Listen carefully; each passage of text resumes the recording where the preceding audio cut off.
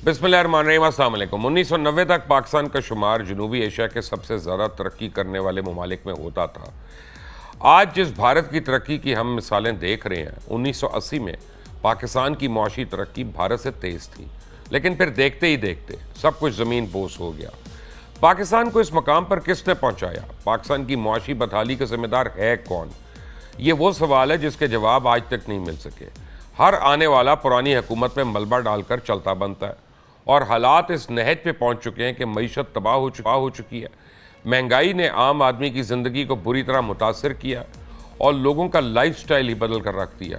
कभी एनर्जी की किल्लत, कभी खुराक की कमी एक आदत बन चुकी है। ज़र मुबादला के ज़खायर एक मजाक बन चुके हैं। दुनिया भर में ढंडोरा पीटा जाता है कि पाकिस्तानी कौम दुनिया में सबसे कम टैक्स देते हैं, लेकिन हकीकत यह है कि चाहे सेल्स टैक्स हो या विद होल्डिंग या बिजली के बिल में हो या तालीम और अस्पताल, कहीं पे भी टैक्स से बचना मुश्किल है। जहाँ मईशत को मसाइल दरपेश हों, टैक्स में इजाफा ही वाहिद हिकमत अमली ठहराती है। फिर ना इंफ्रास्ट्रक्चर के पैसे बचते हैं, ना तालीम, सेहत और दीगर सोशल वेलफेयर प्रोग्राम्स के। आसान कर्जे और एहसास प्रोग्राम इस कौम की मुश्किलात का शायद वाहिद हल बन चुके हैं। सिस्टम अमीरों की लॉन्डी बना हुआ है और 1% अमीर अशराफिया के मफादात का तहफ़्फ़ुज़ ही हमारी अव्वलीन तरजीह है। मईशत कर्ज़ों की मोहताज है और बैरूनी सरमायाकारी दहशत गर्दी के रहमो करम पे है, और रहती सहती कमर कोरोना, यूक्रेन की जंग और सैलाब ने पूरी कर दी। क्या आपको पता है कि गुज़िश्ता साल पाकिस्तान के ज़र मुबादला के ज़खायर 11 अरब डॉलर के करीब थे, जो इस साल 4 बिलियन डॉलर पे पहुंच गए। हुकूमत IMF से 1 बिलियन डॉलर लेने में इतनी मसरूफ़ हुई कि तरसीलात ज़र में गुज़िश्ता साल की निस्बत 8.3 बिलियन डॉलर की कमी वाक़ई हो गई। गुज़िश्ता साल महंगाई की शरह 12.7% थी, जो इस साल 35% पर पहुंच गई, जो 1965 के बाद बुलंद तरीन है। डॉलर दुगना हो चुका है। लोग या तो बेरोज़गार हैं या फिर मुल्क छोड़कर भाग रहे हैं, लेकिन जो लोग पीछे इस मुल्क में रह गए वो अपनी ज़िंदगी कैसे गुजार रहे हैं? ये एक अहम सवाल है जिसका जवाब आप इस प्रोग्राम में कॉल करके दे सकते हैं और अपनी आवाज़ ऐवान बाला तक पहुंचा सकते हैं। आप देख रहे हैं खरा सच। मेरा नाम है मुबशर लुकमान और आज एक बड़े ख़ास गेस्ट हमारे साथ हैं। वैसे तो किसी तारुफ के मोहताज नहीं, लेकिन हमारे प्रोग्राम में आज वो तकरीबन 16 साल के बाद आए हैं। जनाब आरिफ हबीब बिजनेसमैन है, बैंकर हैं, इकोनॉमिस्ट हैं, स्टॉक ब्रोकर हैं, एंटरप्रेन्योर हैं, फिलैंथ्रोपिस्ट हैं। आरिफ हबीब साहब से मैं पहले 10 मिनट सवाल पूछूंगा, फिर आप भी कॉल करके सवाल पूछ सकते हैं। कॉल करने के लिए नंबर लिख लें 042-3583-2590। अब नंबर्स मैं आपकी स्क्रीन पे देने वाला हूँ, 042-3583-2590। जिस वक्त मैं कहूँगा प्लीज़ उस वक्त कॉल करिएगा, अभी नहीं। आरिफ हबीब साहब, वेलकम टू खरा सच। शुक्रिया। कैसर बंगाली साहब का कहना है कि वजारत खजाना का एक ही काम रह गया है कि वो और ज़्यादा कर्जे ले ताकि पहले वाला कर्जा हम किसी तरह चुका सकें। क्या इस तरह मुल्क चलते हैं? इस तरह तो प्राइवेट लिमिटेड कंपनी नहीं चल सकती। नहीं, ये एक्चुअली बदकिस्मती है। हालांकि होता ये है कि मुल्क जो है वो बहुत कम होता है कि वो कर्जे वापस करते हैं। एक्चुअली वो अपनी GDP को बढ़ाते हैं और उनकी कैपेसिटी टू बोरो मोर जो है वो बढ़ती है, और उसकी फिर सर्विसिंग जो है वो जो है उनकी दस्तरस में हो, तो फिर ये है कि कर्जा लेना जो है वो इतना ज़्यादा बर्डनसम नहीं होता। बट पाकिस्तान के केस में अनफॉर्चुनेटली दो बातें हैं। एक तो ठीक है, हमारा जो टोटल डेट टू GDP जो है वो आपको 70% के करीब है। ऐसे देखा जाए तो जापान जो है वो 200% से ज़्यादा है, लेकिन इन दोनों में फ़र्क ये है कि जापान में जो है वो सर्विसिंग कॉस्ट जो है वो ना होने के बराबर है, क्योंकि वहाँ इंटरेस्ट रेट नेगेटिव हैं या बहुत ही कम हैं, जबकि पाकिस्तान में जो है वो इंटरेस्ट रेट बहुत ज़्यादा हैं। और वो बहुत ज़्यादा होने की वजह से आपने देखा होगा बजट के डॉक्यूमेंट में कि हमारी जो FBR के रेवेन्यू का जो 80% है वो सिर्फ कर्ज़ों की सूद की अदायगी में जो है वो खर्च हो जाएगा। तो फिर बाकी कुछ बचता ही नहीं है कि जिससे कि जो है हुकूमत अपना कोई कारोबार चलाए। वो सारे के सारा फिर जो है वो कर्जा, मजीद कर्जा लेकर जो है वो अपना गुजारा उनको करना पड़ता है, जो बहुत ही ज़्यादा पाकिस्तान के लिए जो है वो डिज़ास्ट्रस है। आरिफ साहब, मुझे बताएं कि जनरल मुशर्रफ ने कहा था कि पिछली हुकूमतें ज़िम्मेदार है पाकिस्तान को इस हाल में पहुँचाने के लिए। पीपल्स पार्टी ने कहा जनरल मुशर्रफ ज़िम्मेदार है। नून लीग ने कहा पीपल्स पार्टी ज़िम्मेदार है। पीटीआई ने कहा ये सब ज़िम्मेदार हैं। और आज फिर वही साइकिल दोबारा शुरू हो गया है। कसूर गरीब का क्या है कि जो फाका करना शुरू हो गया। यानी ज़िम्मेदार तो हुकूमत हुए या हुक्मरान हुए, चाहे वो जो मर्जी हो, लेकिन पिस तो आवाम रही है। जी, आई थिंक ये ज़ाहिर तमाम ही ज़िम्मेदार हैं जिन लोगों ने इस पीरियड में जो है जिनको ये ज़िम्मेदारी थी कि वो हुकूमत जो है वो चलाएं, और अनफॉर्चुनेटली उसमें कुछ बेहतरी नहीं ला सके। तो बेहतरी नहीं ला सके तो इस पीरियड में आपने जिस पीरियड का नाम लिया उसमें तमाम जो है जितने भी पार्टीज़ हैं या जितने भी जो पॉलिटिकल स्टेक होल्डर्स हैं, उन सबको मौका मिला है कि वो पाकिस्तान की जिम्मेदारी जो है वो संभाले। लेकिन अनफॉर्चुनेटली सभी से जो है वो कोई काम ऐसा नहीं हो सका कि जो बहुत ही काबिल ज़िक्र हो, और हम अनफॉर्चुनेटली इस नहज पे पहुंच गए हैं कि अब हम जो है वो हमें बहुत ज़्यादा हम इंटरनेशनल कम्युनिटी में जो है हम एक शर्म के मुकाम तक पहुंच गए।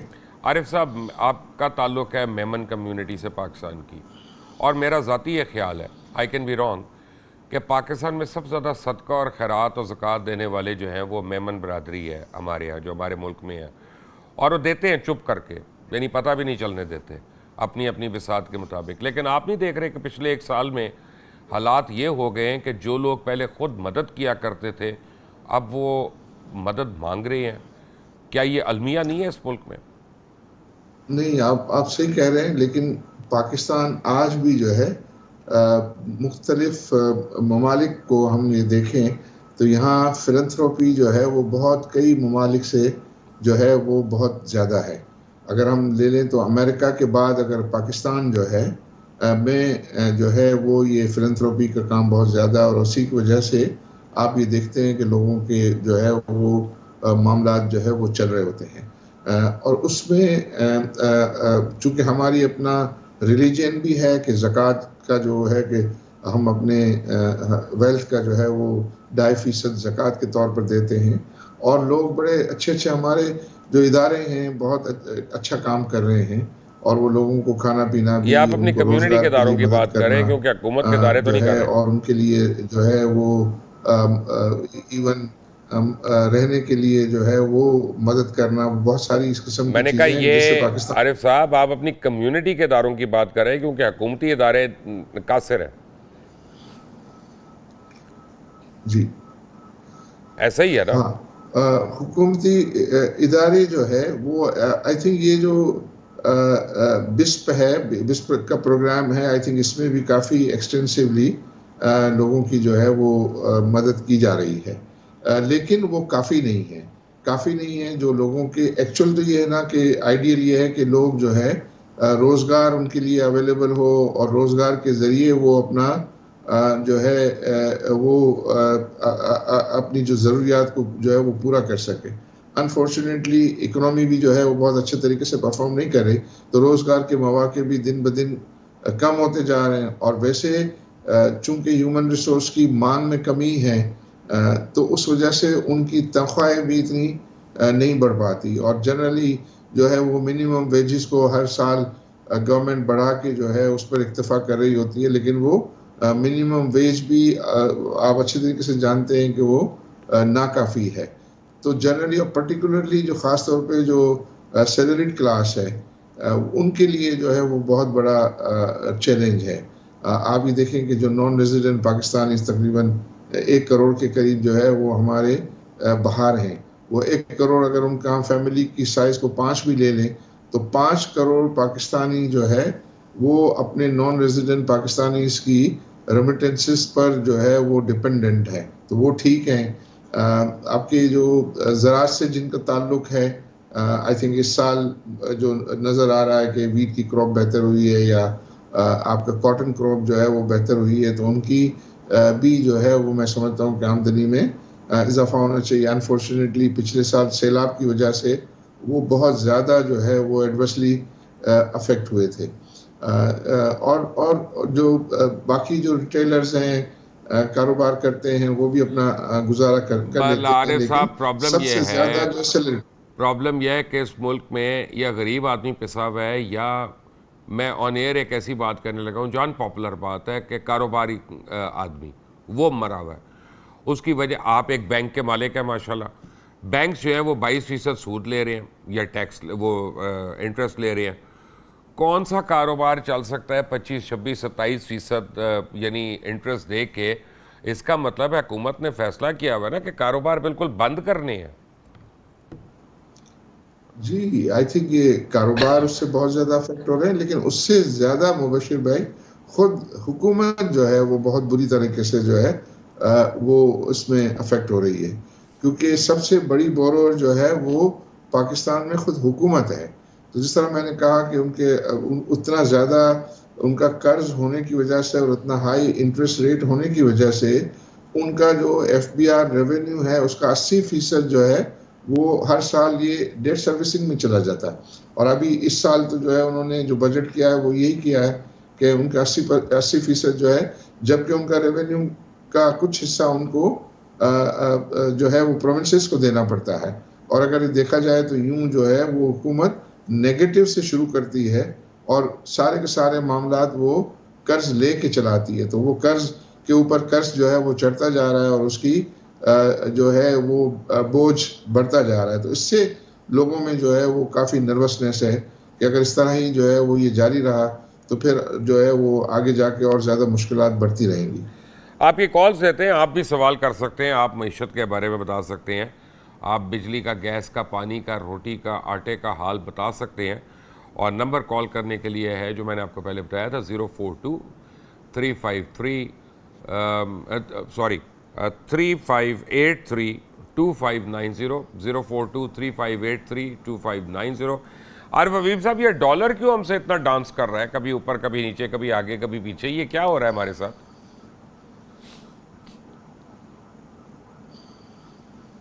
आरिफ साहब, मेरी आवाज़ आई है आपको?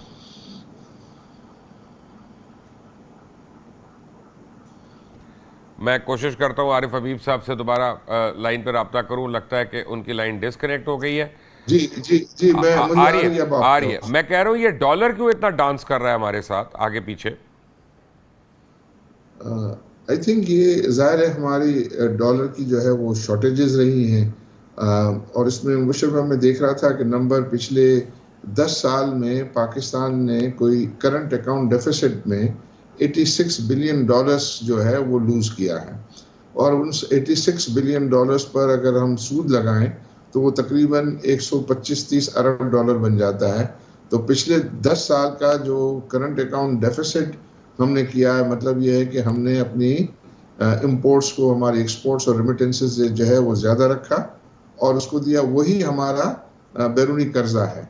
तो सारे का सारा ठीक बैरूनी है, कर्जा जो पैदा हुआ वो उसकी वजह से हुआ, और अब वो डॉलर की शॉर्टेज है, रिजर्व्स कम हो गए, तो फिर ये है कि डॉलर की कीमत रुपए में बढ़ रही। खिजर साहब है लाहौर से। जी खिजर भाई, अस्सलाम वालेकुम। वालेकुम अस्सलाम जी, मोबशर साहब क्या हाल चाल है? मैं अल्हम्दुलिल्लाह, आप सुनाएं, खैरियत से हैं? मैं मतलब कि शहबाज शरीफ का मुखालिफ नहीं हूँ। मुझे उनकी आवाज नहीं आ रही। एक मिनट ठहरें खिजर, एक मिनट। और ये जरा, मैं MCR, इनको आवाज़ नहीं आ रही, ज़रा करते हैं। अब आपकी आवाज आ रही है, लेकिन जी मुख्तसर खिजर नहीं आ रही। साहब ज़रा ऊंचा जी बोलेंगे? जी, आप आ रही बात? देखते हैं आरिफ साहब, अब आ रही है आवाज़ इनको, ये आपको? खिजर साहब बोले ज़रा कुछ। आ रही है? अब आई है? मेरा नहीं ख्याल। जी जी जी, आप आ बोले, रही है आवाज मेरी? आप बोले, अब आई है? अब आप बोले। मैं कह रहा हूँ मैं इनका मुखालिफ नहीं हूँ, मैं तो 85 से लेके ना इनके साथ लगा हूँ, इस जमात के साथ। लेकिन इन्होंने कल बिलों में जो हाल किया है आपके सामने ही है। ठीक है, थैंक यू। मैं कोशिश करता हूं कि किसी तरह MCR कोशिश करें कि अपना आरिफ हबीब साहब को भी सवालों की आवाज़ जाए। आरिफ साहब, सवाल बड़ा सिंपल है। वो साहब कह रहे थे कि जी मैं PMLN का वर्कर हूं, लेकिन कल जो इन्होंने बिजली के बिलों के साथ हाल किया, उसके बाद मैं किस मुंह से इनको सपोर्ट करूं? यानी आप ये भी देखें ना कि हम सिगरेट की कीमत बढ़ाते हुए तो इतना सोच गौरव होना शुरू हो जाता है, सोच विचार शुरू हो जाती है तंबाकू की कीमत बढ़ाते हुए या गुटखे की ऊपर टैक्स लगाते हुए, लेकिन बिजली के बिल में और पेट्रोल की मद में हम फौरन ही बढ़ा देते हैं। ये क्या साइंस है? आई थिंक ये जब चूंकि हम आईएमएफ प्रोग्राम में हैं, तो आईएमएफ प्रोग्राम में ये कंडीशंस हैं उनकी कि आप जो है कोई भी सब्सिडी जो बजटेड नहीं होगी वो आप नहीं दे सकेंगे, और उसके लिए ये है कि जो भी आपको लागत आती है उस लागत को आप कंज्यूमर से जो है वो रिकवर करेंगे। तो इस कंडीशन को मीट करने के लिए, और ये सब्सिडी चूंकि बजट में प्रोवाइडेड नहीं है, तो इनको ये आईएमएफ की कंडीशन जो है वो मानते हुए ये प्राइस को जो है वो हुकूमत को बढ़ाना। तो आपने देखा होगा कि पेट्रोल की प्राइसेस भी इसी तरह बढ़ी, और अब गैस की प्राइसेस भी जो है वो बढ़ने जा रही हैं। और इसका बेसिक प्रिंसिपल ये है, आईएमएफ ये कहता है कि जिसकी जो लागत है वो आप कंज्यूमर से जो है वो रिकवर करें। ठीक है। और उसमें हुकूमत के पास ये गुंजाइश होती है कि वो मुख्तलिफ यूजर्स से मुख्तलिफ रेट जो है वो बढ़ाए। तो उसमें अक्सर ये जो डोमेस्टिक कंज्यूमर्स हैं उनसे कुछ जो है वो रियायत की जाती है, बट वो रियायत जो है वो फिर दूसरे कंज्यूमर से रिकवर की जाती है। लेकिन इस पे आ जाते हैं देखते हैं लोग और क्या कहते हैं। इनको ये पूरे मामले को जो है बैलेंस करना होता है, तो फिर उसमें ये जो डोमेस्टिक कंज्यूमर्स हैं वो भी इसमें अफेक्ट हो जाते हैं। मोरो से मोहम्मद याकूब है जी। याकूब भाई अस्सलाम वालेकुम। क्या हाल है? ठीक ठाक, अल्हम्दुलिल्लाह सही। आप खैरियत से हैं? माशाल्लाह। मैं आपका प्रोग्राम लाइव देख रहा हूँ, अल्लाह से कुछ करेगा आपको तो। मेहरबानी आपकी, शुक्रिया। अच्छा सर, ये कि आखिर किस पे ये मलबा डाले हैं? आखिर कब तक ये चलेगा हमारे साथ ये टोपी ड्रामा? ये नहीं समझ आ रही। मैं आरिफ भाई से पूछता हूँ इसका जवाब। Thank you. आरिफ साहब, आपको आवाज़ आई अभी भी कि नहीं आई? जी जी जी, मुझे आई। किस पे मलबा डाले हम ये सारा? और वो जैसे मैंने ये एक्सप्लेन किया कि ये चूंकि हमारे रुपए की कदर बहुत ज़्यादा गिर गई। आपको पता है कुछ ही साल पहले जो वो 120-25 रुपये था डॉलर, अब वो 280 रुपये हो गया। तो उसकी वजह से जो है वो तमाम लागत जो है वो बढ़ गई है, और वो लागत जो बढ़ी है और फिर जो नए प्रोजेक्ट भी लगे, और वो नए प्रोजेक्ट्स की भी जो है कैपेसिटी पेमेंट्स वगैरह है, तो उसकी लागत जो है वो बहुत ज़्यादा बढ़ गई है। और आरिफ साहब एक कॉलर है लाइन पे, ख्वाजा शाहिद कराची से। जी कराची, अस्सलाम वालेकुम। मुबशर साहब, आपको मैं 15 साल पहले आपको बिजनेस प्लस पे मिला था। आरिफ साहब को मैं कहना चाहता हूँ, मैं 50 साल से स्टॉक मार्केट में काम कर रहा हूँ। अच्छा। माशाल्लाह। दूसरी मैं कहता हूँ, ये मुल्क कभी तरक्की नहीं करेगा। ये इसलिए नहीं करेगा, या पेंशन जिसकी 1 लाख से ज्यादा है ना, उसकी आधी तक पेंशन कर दें, और ये पेंशन 2-3 साल के बाद खत्म कर देनी चाहिए।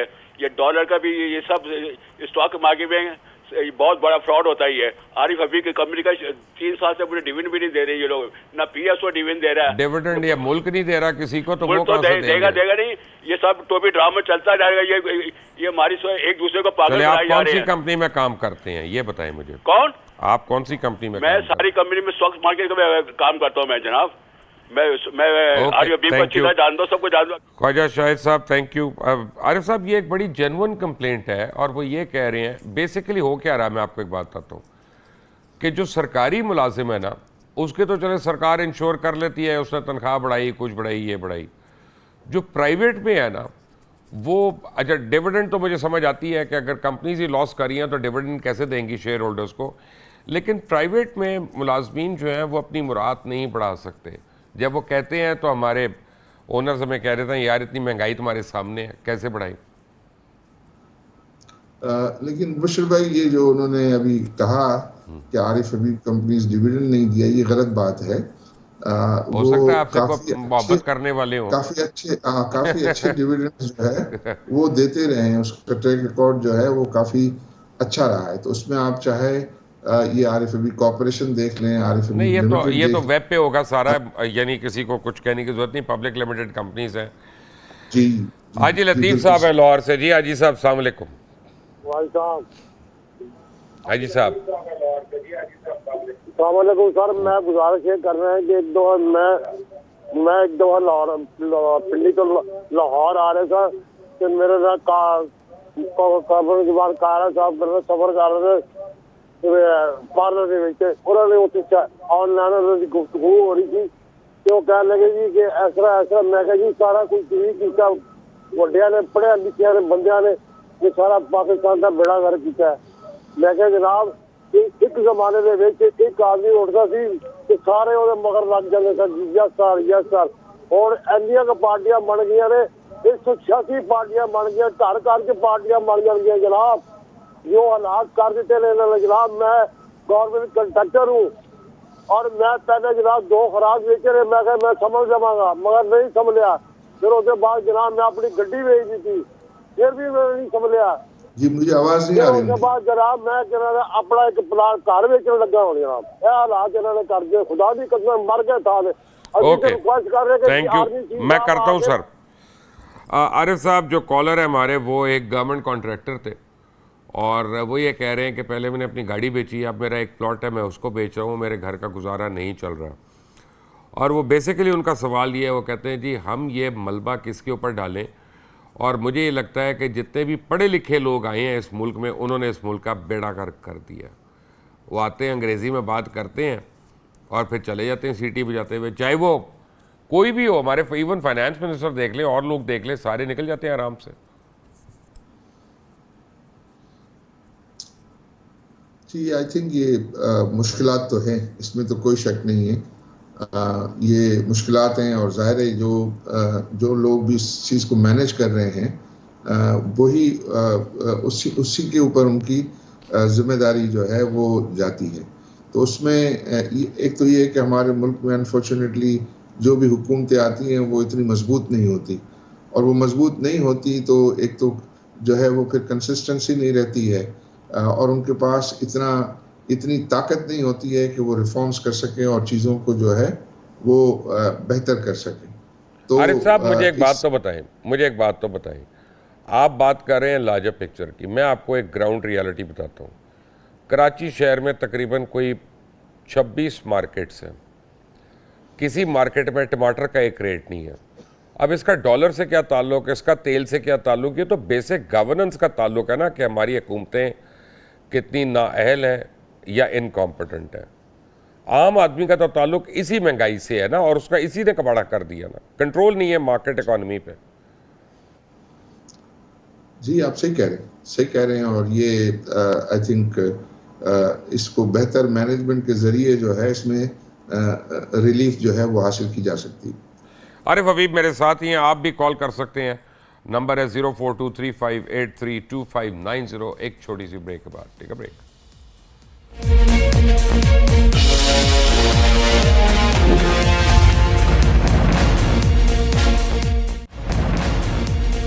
Welcome back from the break Arif Habib साहब हमारे साथ ही हैं मुगीस कॉलर मुल्तान से वो भी हमारे साथ हैं जी मुगीस अस्सलाम वालेकुम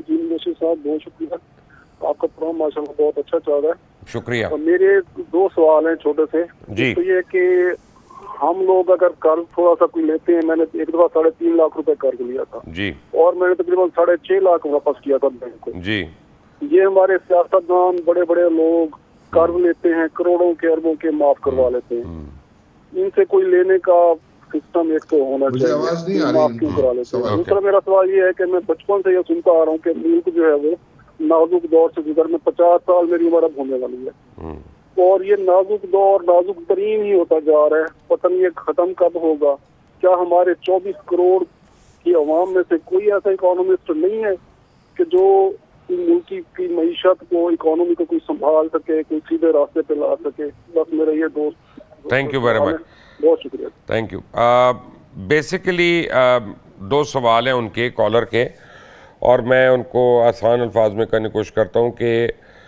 वो कह रहे हैं कि मेरी उम्र 50 साल है और मैं बचपन से ये सुन रहा हूँ कि पाकिस्तान की मईशत नाजुक दौर से गुजर रही है हमारे पास कोई भी ऐसा मैजिशियन नहीं है कोई भी फाइनेंशियल एक्सपर्ट नहीं है जो इस नाजुक दौर से इस नाव को निकाल ले बाहर और किसी तरह किश्ती को पार लगा दे दूसरा उनका था कर्ज़ का कि कर्ज़ के ऊपर लेकर ये कैसा कर्जा है कि इससे कर्जा उतारते भी और ख़त्म नहीं होता? ये किस तरह की प्लानिंग हो रही है? जी, एक्चुअली जो कर्ज जो है वो कर्ज लेके कर्ज उतारते रहते हैं, बल्कि और कर्ज जो है अदा करने के लिए कर्ज लेते हैं और फर्दर कारोबार हुकूमत चलाने के लिए और ज़्यादा जो है वो कर्ज लिया जाता है। तो आप ये देखें कि हर साल जितना भी बजट डेफिसिट है, बजट डेफिसिट जो है वो बढ़ते बढ़ते इसलिए बढ़ रहा है वो कि वो हम जो भी हमारी ज़राए आमदनी है वो हमारे ख़र्चों से जो है वो बहुत ज़्यादा कम है, इसलिए हमें और कर्ज़ा लेना पड़ता है। और जब तक ये सिलसिला रहेगा जो है ये हालात और ज़्यादा जो है वो ख़राब से ख़राब तर होते जाएंगे। तो बाकी आप जैसे जो जादूगर हैं, आप हैं, AKD हैं, जहांगीर सिद्दीकी हैं, आप लोग इस मुल्क की इकॉनमी को नहीं ठीक कर सकते? मियां मंशा हैं। आई थिंक ज़ाहिर है उसमें तो वो जो कंट्रीब्यूट कर रहे हैं अपने तय और अपने जो भी इदारे हैं उनको चला के और इतने सारा जो है वो रोज़गार का प्लेटफॉर्म जो है वो प्रोवाइड कर रहे होते हैं, टैक्सेस जो है वो कंट्रीब्यूट कर रहे होते हैं, लेकिन ये एज ए होल आपको कंट्री में जो है एनेबलिंग इन्वायरमेंट जो है वो ऐसा बनाना पड़ेगा कि जिससे कारोबार जो है वो ग्रो करे, फ्लरिश करे। जितना कारोबार ज़ाहिर है बढ़ेगा, इंडस्ट्रियां जो है वो बढ़ेगी तो रोज़गार के मौके पैदा होंगे, गवर्नमेंट के लिए रेवेन्यूज़ होगा, अशिया सर्फ जो है वो ज़्यादा से ज़्यादा बनेगी, तो उससे बेहतरी आती है ना दुनिया भर में। अल्लाह ताला ने हमें नेमतें बहुत दी हैं, कुदरती वसाइल भी हो रही हैं, कुछ नेमतें लूटी गई हैं, बाहर चली गई हैं। बहरहाल सजाद है मुल्तान से। जी सजाद, अस्सलाम वालेकुम। जी अस्सलाम वालेकुम सर जी। वालेकुम सलाम। कैसे हैं सर आप? खैरियत? मैं अल्लाह का करम है, आप सुनाएं। सर आज आपने फिर एक दुखता हुआ सा टॉपिक छेड़ लिया और फिर मैं कॉल करने पे मजबूर हो गया। बड़ी मेहरबानी है आपकी। सर जी ऐसा है कि इंडस्ट्री के माशाल्लाह आरिफ हबीब साहब, ये हबीब ग्रुप बहुत बड़ा पाकिस्तान का हमारा ग्रुप है। नहीं, इनका हबीब ग्रुप से कोई ताल्लुक नहीं है, वो डिफरेंट है। चेयरमैन है हबीब ग्रुप के। चेयरमैन है? अच्छा, चेयरमैन तो हो सकते हैं। अच्छा सर जी, ऐसा है कि इंडस्ट्री ग्रो बिजली की वजह से क्यों नहीं कर पाती? क्योंकि हमारा एक नेशनल ग्रिड सिस्टम है जी, जिसमें पूरे पाकिस्तान वाले बिजली बना के भेज देते हैं और उसके बाद वो डिस्ट्रीब्यूट होती है, कहीं लाइन फॉल्ट तो कहीं कुछ तो कहीं कुछ। जितने बड़े इंडस्ट्रियल सिटीज हैं हमारे, जैसे फैसलाबाद है, कराची है, हैदराबाद है, मुल्तान है, जो भी बड़े शहर हैं जहाँ इंडस्ट्री लगती है काम कर रही है, अगर ये पावर स्टेशन उन्हीं जगहों के बना के उन्हीं सिटीज को ही सर्व करना शुरू कर दें और एक फिक्स टैरिफ पे आ जाए, तो मेरा ख्याल है आए दिन बिजली की कीमतें बढ़ाने की जरूरत ही नहीं है। बाकी जो हुकूमत जनरेट करती है मुख्तलिफ डैम से या जेट से भी, वो अपने गांव को देना शुरू करे तो मेरा ख्याल है वहाँ पे भी थोड़ी सी बचत हो सकती है। इंडस्ट्री चलती रह सकती है अगर कोई इस का प्लान कर लें या इस हिसाब से चल पड़े, तो किसी भी शहर से, किसी भी इंडस्ट्री वाले शहर से न तो बिजली जाएगी ना ही कुछ होगा। जहां इंडस्ट्री ग्रूम करती है वहां आप ठीक है सजाद, थैंक यू। सवाल लंबा हो गया बट थैंक यू, मैं समझ गया आपका। आरिफ साहब, आपको आवाज़ आई सजाद साहब की? जी मुझे आई थी, मुझे आवाज़ आई थी। उनकी तजावीज़ जो है वो बिल्कुल ठीक है, काबिल अमल हैं, और इस पर अगर ये काम हो तो डेफिनेटली इसमें बेहतरी आएगी। जब ये एक मुल्तान में रहने वाले एक आम आदमी को, हमारी तरह का आदमी है, पढ़ा लिखा, उसको पता है, तो हमारे ऊपर अरबाब इख्तियार को क्यों नहीं ये बात समझ आती?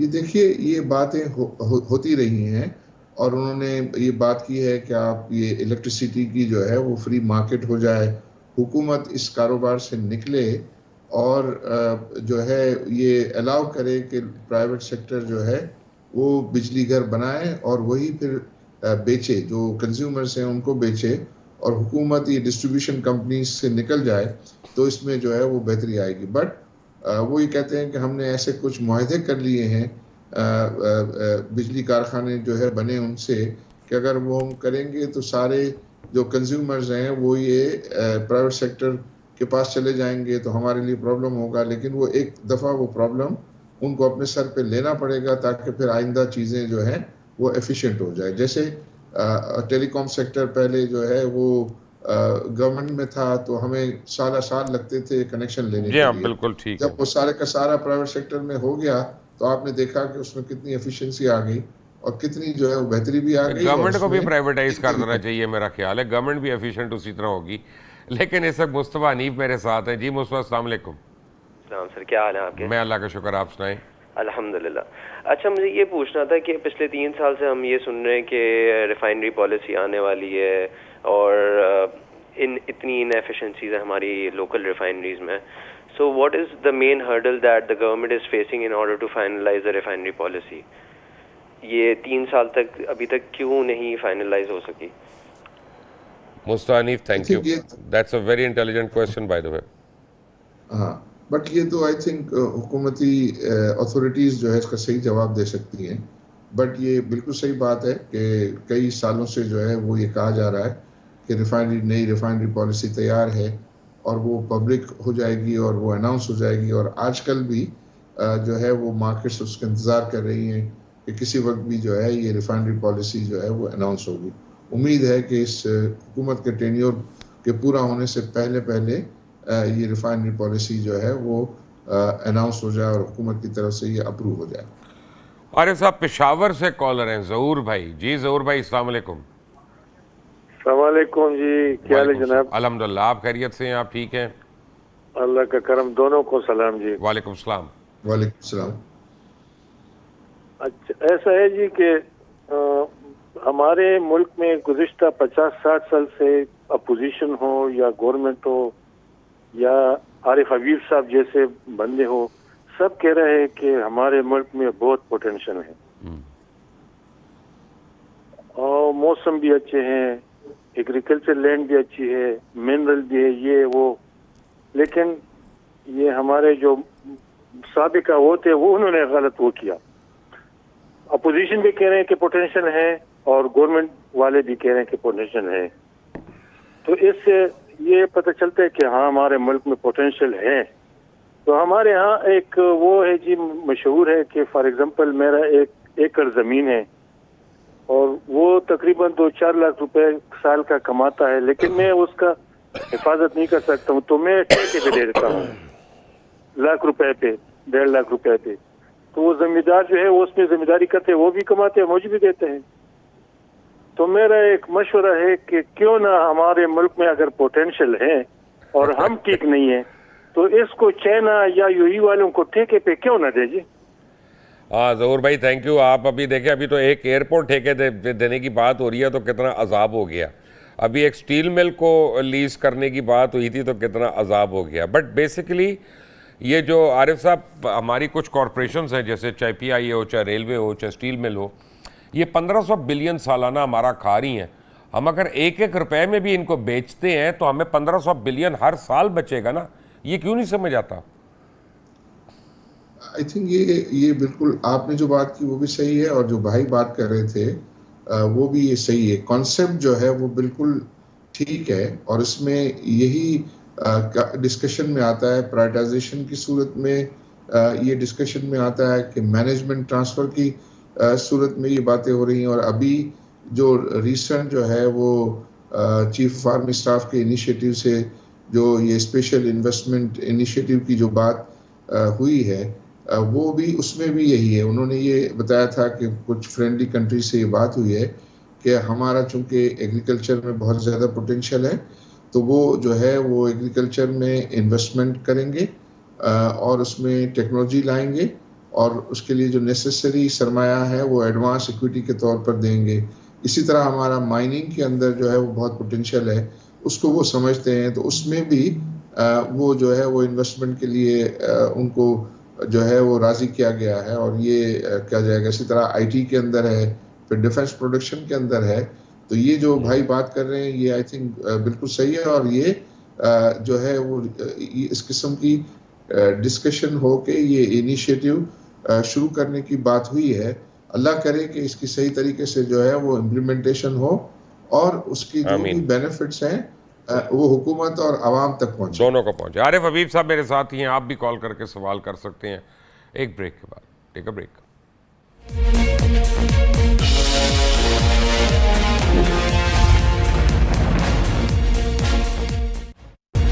Welcome back. और आरिफ हबीब साहब हमारे साथ ही हैं।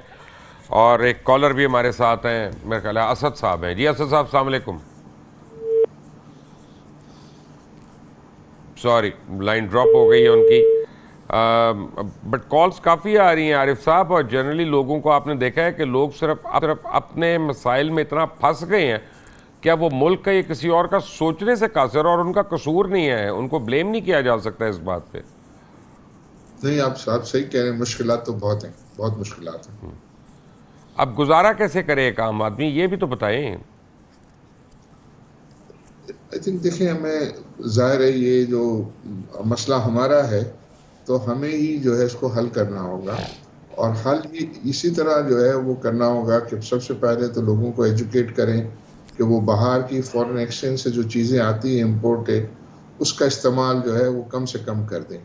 अननेसेसरी लोग जो है वो बाहर जा रहे हैं, बच्चों को लेके बाहर जा रहे हैं, ये कई दफ़ा उम्रे करते हैं। मुझे आज पता चला, मैं अभी कंफर्म कर रहा हूँ, मेरे पास कंफर्म फिगर नहीं है, तकरीबन 2900 लोग सरकारी तौर पे हज करने गए हैं। आरिफ साहब, आपको लोगों का खर्चा समझ आ रहा है? ये अशिया नहीं नज़र आ रही कि खुदा के घर भी उस तरह जा रहे हैं? ये गलत है। मैं ये कह रहा हूँ कि जनरली जो है जब हम सब लोग जो है वो अपना हिस्सा डालेंगे ना, मुश्किलात को समझना और मुश्किलात को कम करने के लिए आप सबको अपना अपना हिस्सा डालना पड़ेगा। और ये हम नहीं कह सकते कि भाई यार वो ऐसा कर रहे हैं तो हम गलत करेंगे, लेकिन हमको तो सही करना भी है और उनको गलत करने से रोकना भी है। उस्मान साहब है लाहौर से। जी उस्मान, अस्सलाम वालेकुम। वालेकुम सलाम। मुबशर साहब, क्या हाल चाल है? अल्हम्दुलिल्लाह। सर, ये कहते हैं जी मुल्क डिफॉल्ट हो रहा है। हाँ। तो मैं चाहता हूँ कि इनमें से 6 आदमियों को खत्म कर दिया जाए तो मुल्क का ऐसे नहीं करते यार, आप अपना जो है ना बच्चों वाली बात कर रहे हैं। खुदा के लिए हल बताएं कोई। अगर मेरे मारने से, आपके मारने से, किसी को मारने से मुल्क बच रहे होते तो फिर बच ना जाते यार उस्मान साहब, ये तो बच्चों वाली बात है। Sorry, I can not entertain this call. और ज़रा सीरियस गुफ्तगू फरमाएं। आरिफ साहब, असल में प्रॉब्लम ये है कि लोगों में इतनी मिजरी है और इतना गुस्सा चढ़ गया उनको, और कुछ जायज़ भी है। मैं ये भी कहूँगा, होता क्या कि अभी आपने हर तरह की मोटरसाइकिल पे, साइकिल पे उनकी कीमतों को बढ़ा दिया, और लेकिन पे खबर आती है 4000 जो है वो लग्जरी गाड़ियाँ जो है वो सरकारी मुलाजमीन के लिए मज़ीद इम्पोर्ट की हैं, DCOs के लिए इतनी इम्पोर्ट की हैं, उनके लिए इतनी की हैं। तो फिर दिल करता है ना कि यार इसको गाली दे आदमी, इसको बुरा कहे। ये होता है बस लोगों का गुस्सा। जी बिल्कुल। आई थिंक इस किस्म की बात जो है वो देखकर और सुन के ज़्यादा फ्रस्ट्रेशन होती है लोगों को। तो आप सही कह रहे हैं। मुशीर साहब, अस्सलाम वालेकुम। मुबशीर साहब, मेरा नाम ही मुशीर है जी। आप मुबशीर है, मैं मुशीर हूँ। मैं, वाह क्या बात है। सर आपसे सिर्फ ये सर मालूम करना था कि हमारे यहाँ कराची में रोजाना कीमतें बढ़ रही हैं, कोई पूछने वाला नहीं है, कोई पूछने वाला नहीं है। मतलब तो जिसने पूछना है वही तो बढ़ा रहा है। बढ़ रही है, कोई पूछने वाला सर नहीं है। जिसने पूछना है वही तो कीमतें बढ़ा रहा है। तो सर इसका कोई मतलब ये इनको कोई पूछेगा इंसान?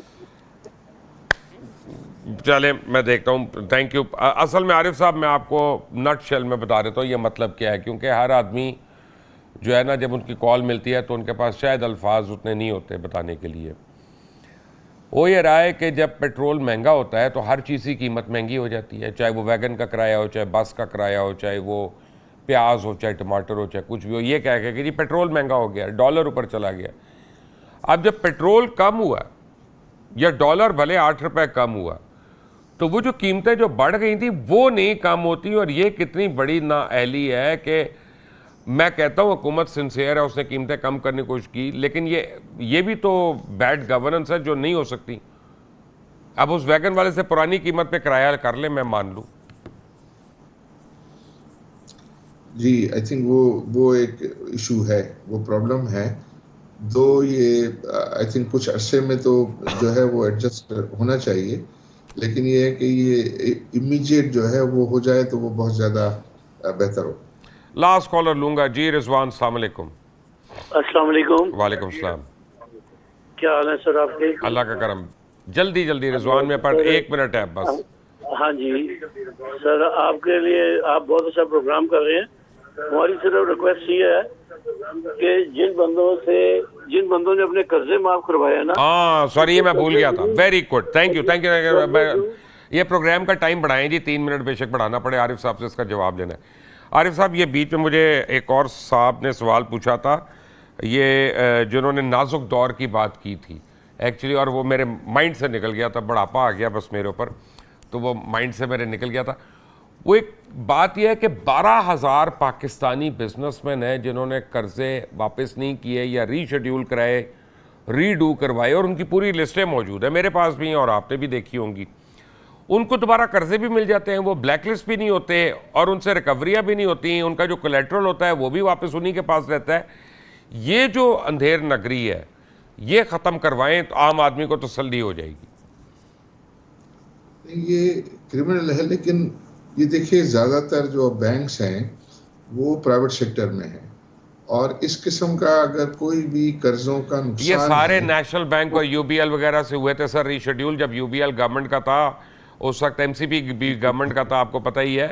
प्राइवेट सेक्टर बैंक तो परों पे पानी नहीं पड़ने देता जी। तो ये मैं सिर्फ ये कहना चाहता हूँ, आपकी बात सही है कि अगर वो नेशनल बैंक है तो वो गवर्नमेंट का बैंक है, और गवर्नमेंट नेशनल बैंक ज़ाहिर है कोई भी कर्जे को जो है वो राइट ऑफ नहीं करती है, लेकिन वो आउटस्टैंडिंग है, उसका वहाँ कोलेट्रल पड़ा हुआ है, और उसका वो जो प्रोविजन वगैरह जो है वो करना पड़ता है। लेकिन वो प्रोविजन भी जो अगेन जो शेयर होल्डर है, अब उसमें ज़्यादा गवर्नमेंट 75% शेयर होल्डर है, बाकी जनरल पब्लिक शेयर होल्डर है, तो वो गवर्नमेंट के जो भी उस बैंक के शेयर होल्डर्स हैं ये उसके खाते में जाता है।